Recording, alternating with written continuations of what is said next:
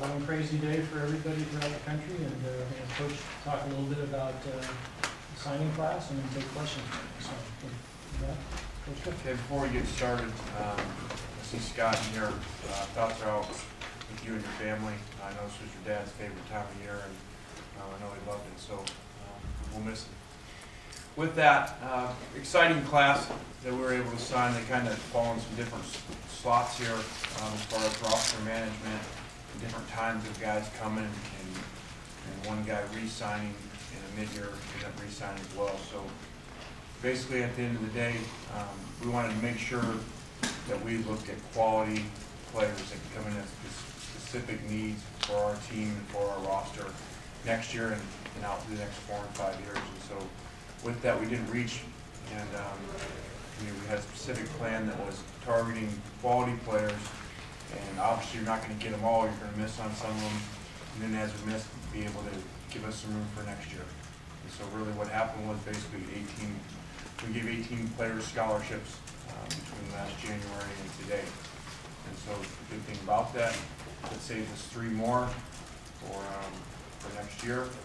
So we can sign 18 more next year instead of being offside and have to go down to 15. So I think the class, the #1 need, as you go back a year ago, today we would have talked about offensive line. We were able to add some very big offensive linemen in that, all kinds of different types of guys. But I think in general with that group, the size is what sticks out. Really big guys that can play a number of positions there. And then I think after that, you go to the 2 linebackers who are as good as anybody that we saw in camp. We happened to have them in camp, in Jabari and Scott. And it was exciting. So there was a number of very good conference-type linebackers in our camps. And these 2 guys showed up. And they reminded us of the old days, how it was here when we had our defensive runs with our great linebackers. And then I think the 3 touchdown makers on offense with the 2 receivers and tight end and Jalen was exciting. Darius being the guy that we felt is coming to us for a long time, and with Nelson today, and I think that's a place that has put out some great wide receiver numbers over the last 10 years. To add those 2 guys, a local guy and a guy from a long ways away, was exciting. And then a number of other players, but probably headlined by Leonard Williams. As you go down into the SEC, you look at the #1 thing down there, it's obviously defensive linemen. You study drafts, and that's not really been the case out here in California. And so for us to be able to go down into Florida, in Daytona Beach, to get Leonard Williams, a lot of credit goes to Ed Ogeron and a ton of credit to Monty Kiffin there to be able to get that done. As you can imagine, that's not an easy thing to do. Even a harder area than probably going to get Lamar last year out of Kentucky. So high expectations for him coming in, as well as the whole class. Questions? What position do you project for Leonard? Is he a guy who could grow into a defensive tackle for you? Well, his size, it looks that direction, but we're going to play him at defensive end. Hopefully he can be a dominant defensive end for us. If he just gets too big and has to move inside the half, but that is not a plan with him at all now. He's playing at defensive end, which is a very, is a big need for us as well. Coach, with the limited number of scholarships, was it in your mind, and did you feel pressure about basically not being able to miss on any of these kids? Yeah, I think, we really had to, we always evaluate them in all areas, but even more than ever, we had to, and, there's probably some guys with bigger numbers we would have reached to, or taking some risk, either from a football talent standpoint or from an academic standpoint, and we tried to really stay away from that, because it's going to be very critical for these players to stay in our program and succeed in our program on and off the field. We can't get into the situation over the next 3 years here where we're having guys transferring out or academic issues with guys. We need guys that can really stick and that can compete into a very competitive program. How much more difficult did it make the entire process from when you started evaluating these kids to actually getting them to sign and knowing that you had those kind of constrictions on you? Well, I think there's 2 parts. I think first off, it does make it difficult because, like I said, you can't really take much risk, and so you can't really kind of project some guys as much as you'd like to. And with some risk, you got to be safer with some safer bets on this. And so that's the first part. The second part that's really difficult to deal with from a program standpoint is you're handing away good players to your competitors. You know, we're handing away 10 players a year, and obviously those guys are probably going in our conference. You know, so not only are they not on our roster, they're on someone else's roster. And so at a place like SC, we're in a position to be able to get the majority of the kids that we offer scholarships to. That's something that's been really difficult to deal with as well too, is you see guys go to other schools that you know you could have got at our place. Of course, do you think, you know, again, with the limitations and everything, you know, it's probably not going to affect it for the next couple of years, I guess, but you know, do you look 3 years down the line, when the effect of the lesser scholarship, fewer scholarships happen, are you concerned about that, or can you even, you know, think about that right now? Well, I wouldn't say concern, we're just obviously taking it, you know, very serious and have a specific plan in place that we've had for a long time, and a big part of that plan is what I talked about. Making sure we're keeping kids in our program, you know, and making sure that they're doing well in our program on and off the field. And so, if we're only going to have 75, you know, that's 10 less. And so we can't afford, you know, guys not to be succeeding in our program. How do you kind of assess the depth of running back?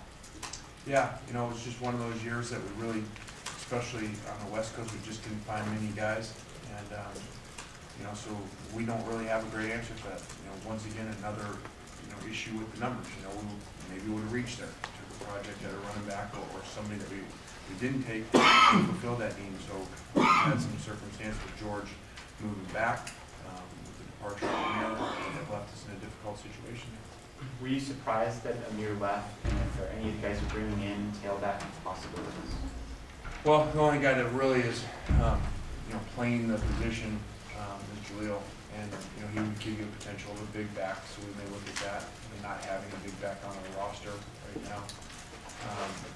We were surprised with the departure of Amir. You know, with his family moving back there, something they felt was something they wanted to do, and so we granted him that opportunity.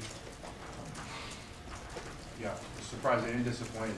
You know, whenever you put a lot of time into somebody and they come into your program and you feel really good about them, and they're doing things right in the program, it's difficult. But at the same time too, we got to make sure, you know, we're honoring what's best for the kid or his family. Lane, how much instant help do you see on the offensive line? Yeah, I don't know. You know, it's so hard at that position. A lot of times, you know, we go from high school to college. You know, we happen to have Marcus Martin last year was first team freshman All-American, but it is difficult transition. You know, luckily we do return 4 of our 5. Matt Cleo, not only is the only starter, we lose really the only significant playing time at all that we lost. With no seniors that had really played very much for us. So that was more of a position of a need for making sure we got guys for down the road, not as much for next year. Coach, on your wide receiver deck, you have Farmar, Leeds, Woods, and you have incoming freshman Nelson Aguilar. How do you plan on fitting him in the system and preventing him from transfer as opposed to like Kyle Prater who just left? Yeah, you know, we just always got to find the best way to utilize our players. You know, the question about the running back earlier, before I got off on the Amir part of it, you know, Nelson would be a guy that could do some things, not as an every down back, but could potentially do some things back there because we're going to have to find some answers, you know, because of so little depth at running back. And so, unfortunately, it's kind of has been part of the business for whatever reason this last season of having some guys transfer, not happy with their playing time, but there really isn't a good answer for that unless you're going to, you know, bench Robert or Marquise during the season. You put Farmar running back last year. Do you guys plan on doing the same thing or changing it up? Or? Yeah, we're going to leave him at receiver, look at some things, but leave him at receiver for the spring for the most part, but potentially look at some things too. And the good thing is he has a little background now at running back with the time that he spent there. Even with the smaller class, 12 players, you're still, at least looking at your roster, it looks like you're still over a few players. It would be over 75. I know you don't have to be down there until you get to the fall, but how are you going to manage the overage? Yeah, from our numbers, without getting real specific, I don't think they are probably what your numbers are showing exactly. I don't foresee it being an issue at all. And, you know, we'll make sure that, you know, we're down to 75 at that point, but I do not foresee it being an issue at all. Having a smaller class today, does it actually give you a little bit of an advantage in some ways going into January in terms of maybe getting kids on track to come in early? I mean, as far as leaving some space Yeah. for the mid-years. Yeah, I mean, that was part of it. Now, trust me, there were a couple guys still on the board late we were going to take, obviously, that were great players, but we weren't going to, in years before, once those guys would have dropped, we would have had backup plans and gone to those backup plans to fill them up. And those would not have been necessarily great players.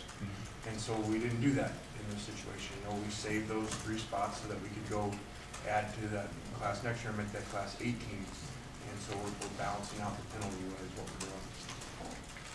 Can you see yourself taking another kid or two in the next week or two, or is that out of the question? I don't think so. You know, I can't comment on the few kids that are left out there, but I don't foresee that happening. And once again, there's a few kind of major recruits out there I don't foresee that happening, and then there'll be other kids that, you know, staying with our theme, we're not going down. We're going to make sure that we save ourselves for next year. Is there any 1 or 2 players in this group who you feel like the instant impact guys are most likely to have an impact next year? Yeah, I think you start, you know, with Leonard, you know, because it's so unique. And it's one thing when you watch kids on film and you see them play at a high level, and you know, all of us miss on that. Sometimes they miss at the next level, and they get to have a lot more resources, you know, to evaluate and miss on first timers. Fortunately, we had Leonard in camp, and so we were able to see him up close, how he worked and how he performed in camp. So we're excited about him. Like I said, there's kind of guys that fit in different slots here. With Gerald Bowman coming in as a safety, even though our starters returned, was the #1 JC player in the country. Josh Shaw coming back. He will have to win a waiver to play this season to give him 3 years, otherwise he'd have to sit out. And then Morgan Wrestling once again coming in a position of needed defensive end with the loss of Nick Perry as well. So you kind of have guys slotted all over the place outside of just your normal high school guys. Are you concerned about the defensive tackle depth at all? I think you have 4 guys. Yeah, we are. You know, as I'm sure you know, we lost a guy late, and really there weren't many other guys that we were on at that spot. You know, or they went somewhere else early. And so once again, we weren't going to reach just to address a numbers need. At this point, does your concept of who or how many people you're going to redshirt, is it any different than in normal years? I mean, do you think you're going to do less or more? It's so far away. You know, I mean, I know last year we pushed towards redshirting because of the class of 30 guys and to balance out because we knew what was coming, but it's so far away, you know, going into spring and there's so many question marks in the spring and then the fall once they get here, it's way too hard to tell. How important is it to sign a running back next season? Extremely important. You know, and it'll be extremely important to sign 2. You know, obviously, as you know, our philosophy, we used 2 days before signing day to look at juniors around the country, so we've already started moving in that direction. And you know, as we listed our needed by positions, the #1 need was tailback, and hopefully find 2 different styles of tailback like we've had here before. Are you worried going into the season if a guy gets hurt, Morgan, or somebody who's been injury prone? You worried about what's going to happen next year at that spot? Yeah, we're very, very concerned. And Curtis has had injury issues as well too. So, you know, it's a big concern of ours. You know, it's just one of the issues you fall with these numbers. You know, you can't fill issues that you normally would have filled. You know, 10 more spots. You know, and we would have been saving 3, so we'd be having 13 more players probably being signed today. Clayton, was there one guy in particular that you felt that you lost that was bad to lose that guy, and also the late losses that you had? Would you say that brought this class down in your mind from great to good, or something like that? Yeah, I mean, in general, obviously we want to focus on the positive. You know, but there's a reality side to it. You know, I kind of made the comparison, and in the end of the day, you know, our starting pitcher pitched 6 great innings today. We were rolling, and our bullpen got rocked. You know, we had a rough end of the day, you know, but it was a great start, obviously, with the 2 Florida kids within, I think, 45 minutes of each other. I think that shocked a lot of people, and as you know how hard that is to do from that far away, even on that state. So, but yeah, it didn't end very well. You know, the quarterback situation, that's going to be hard to turn on a guy in Seiler.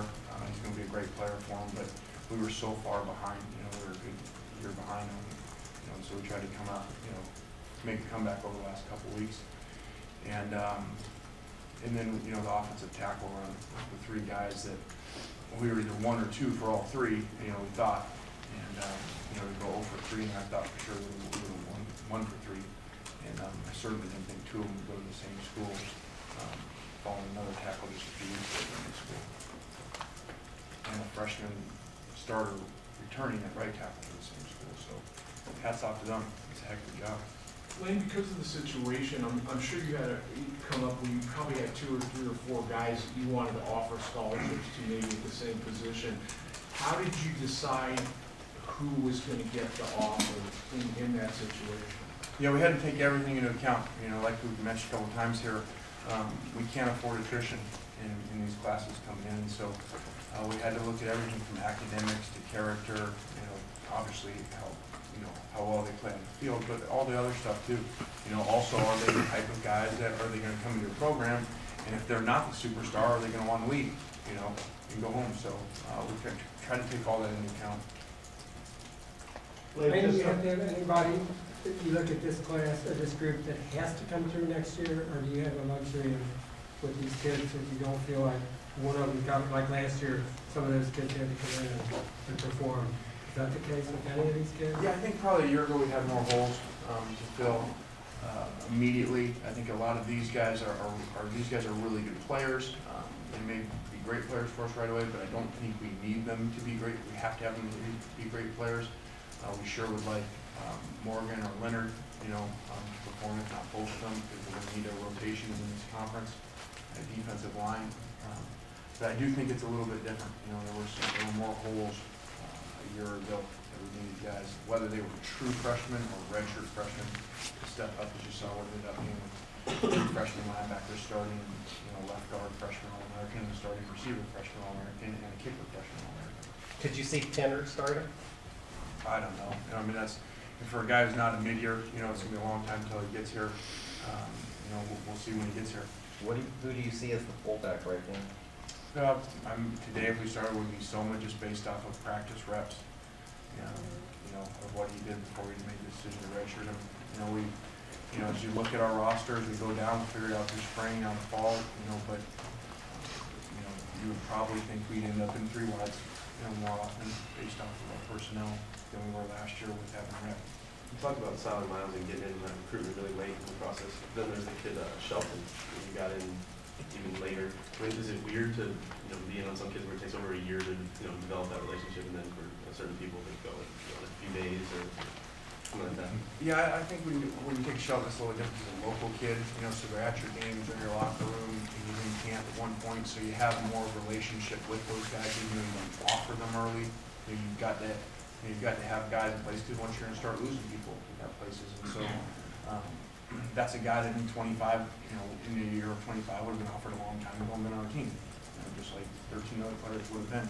Siler's a little bit harder, you know, to go into a position like quarterback, and really that started with him calling us. Once Nelson and I left, he called us, and so that's what started that process.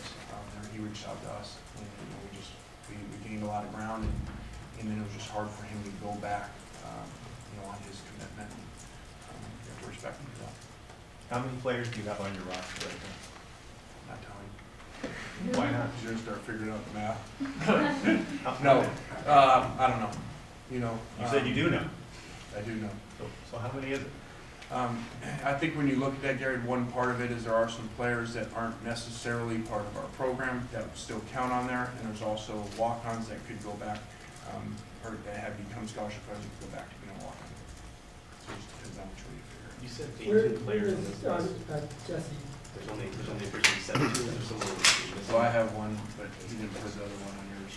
He's ready to turn out. No, he's on there. Oh, who was the other? Who was the 18?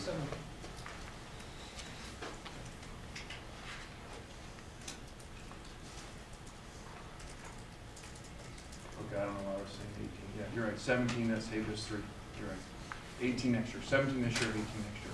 You're right. where does, roster-wise, where does Jesse start us today right now? Jesse is part of our program still, and you know, he needs to have a good semester academically as well as on the field. Why does he need to have a good semester academically? Is he on probation? Yeah, he's fallen behind academically, put himself into a hole, and has a lot of work to do. Lane, just one other thing about the linemen that you alluded to, I guess you covered Stanford did a great job of closing on those guys. Any thoughts on why they had the edge over you late? Well, I think, I'm sure one of their big sales points is they play so many. They do play 6, 7, 8 linemen at the same time, which obviously is very abnormal to do. So I'm sure that's part of their sell point. And they've got 2 guys coming out this year that are supposed to go pretty high. But even though if you look over the last 10 years, there's absolutely no comparison in the linemen coming out of the 2 programs. But they had good success over the last couple of years, and they coach them extremely well. And I'm sure, and I've heard it from the kids as well too, that they sell the fact that they use more than 5 linemen at a lot of different situations. You said 2 years ago that you could tell pretty quick if a kid was a USC guy or a UCLA guy. What happened with Ellis McCarthy? Yeah, I really didn't follow with many guys this year, as it's been lately with, the 2 schools being involved in guys. Ellis, we really weren't ever in it. The dad said we weren't in it, with his UCLA background, and so from what we were told from him, it wouldn't matter what we were going to do. He wouldn't come here. Who that was on the roster last year is no longer in the program, that didn't, either graduate or move on? You said there's some players that are no longer with the program. Who is that? Who was on the roster a year ago that's no longer in the program? Okay. They've been removed from the program, or? Well, we had the transfers that you know about. Right. Patrick Hall is not in our program right now. DJ Bryant is not. Someone's off the top of my head. Zach Banner said in his announcement that he plans to play basketball and football. In the past, it's kind of been a touchy subject for you. Do you plan to actually let him do that? Did you see that actually happening? Yeah, that's not a touchy subject for me at all. I don't know why you said that. I actually told Marquise to do it, and Kevin would be the first to say he'd take anybody on our team. And so I told Marquise Lee to go over and play, but then he decided to do track. He actually went over to me, Kevin, and decided to go off the track. So I have no problem with it. I think it's good for kids. Keeps them, change the season, keeps them competitive year round. So we're all for it. Lane, how frustrating is it knowing when Matt made his decision to come back that, in a normal year, you probably could have gotten most anybody you wanted to come play, especially on offense. How difficult is that? Well, I don't know. I mean, it just is what it is. The whole thing, we're going to sit around and complain about it. It's a hand we've dealt. And just like you said, however many months ago, 19, 20 months ago, it came down. We're going to maximize the situation that we're in. And I believe we did that again. If you look at it by the rankings of the players, we can't control how many we can sign. Those are rules put on it. We can control who we sign. So whatever rankings mean, this is the highest quality players in the country. And so I'm proud of our staff because if they could have signed 10 more, then they'd probably be the #1 class in the country. Start adding that. So they maximize the situation that we've been dealt, just like we've tried to do all along. Did you have any reservations releasing Amir to perhaps the biggest rival on the roster in the schedule every year in the history of the school? Well, you got to think about it, obviously. But I think if you know Amir and know who he is, he's such a good kid, and it's really his mom wanting him to be back around. They were out in California and he decided to come here, and now they're back in the Midwest. So that's why we did it. Every situation is different. Did you have you made a final decision on the secondary coach position? I made no decision at all. When do you We think? took all of our energy into recruiting these guys. Unfortunately, a lot of help due to money. We were able to sign these DBs with no DB coach at all, which, as you can imagine, is hard to do. So we'll go to work on that here shortly. When do you think you'll hire a coach? But I don't know. We'll make sure that we hire a really good one, and however long it takes. And some of the end of the day, kind of recruiting, are there kids that just aren't USC kids? I mean, is it maybe the bright lights in the big city? Sure. The Yeah. #1 pick or whatever, but that's not for them? Yeah, there's really two things that doing this over the years is, see, some kids aren't, especially when you go nationally, there's kids that don't want to leave home, and even they do leave home, they don't want to come to a city. So that helps us a lot of times too. Kids want that, they want a bigger city and that environment, but sometimes they don't. Is one thing. And also sometimes we recruit some kids too that don't really like our diversity. So So, you fall into a number of different things, down to recruiting, and some kids just aren't gonna come to SC. And some kids aren't gonna come to SC with the staff. You said Patrick Hall's not on the team right now. Is there any possibility of him coming back? I don't know, he would have a lot of work to do, to get back to that point. But as of right now, he's not. You mean academically or rehab-wise or all? Academically. Academically. How did you come to the conclusion that you could use Pat Hayden as a recruiter, and how did he do?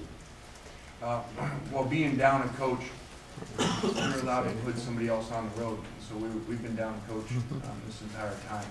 And so when you put him on the road, he didn't really do much on the road. He went in one home, didn't go to into the school during the day and stuff, but was able to make phone calls. So I did my home visits a week before him, and then we kind of put him on. We were in first place with Andrews, Pete, and Kyle Murphy, and then I kind of turned him over to him. And so now they're going to Stanford, so he's going back to administration.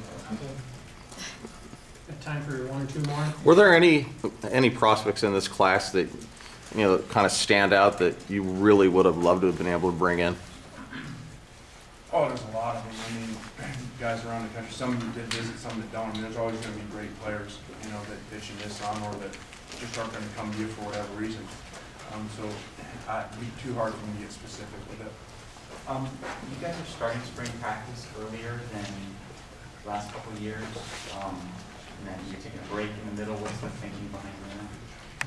Two things.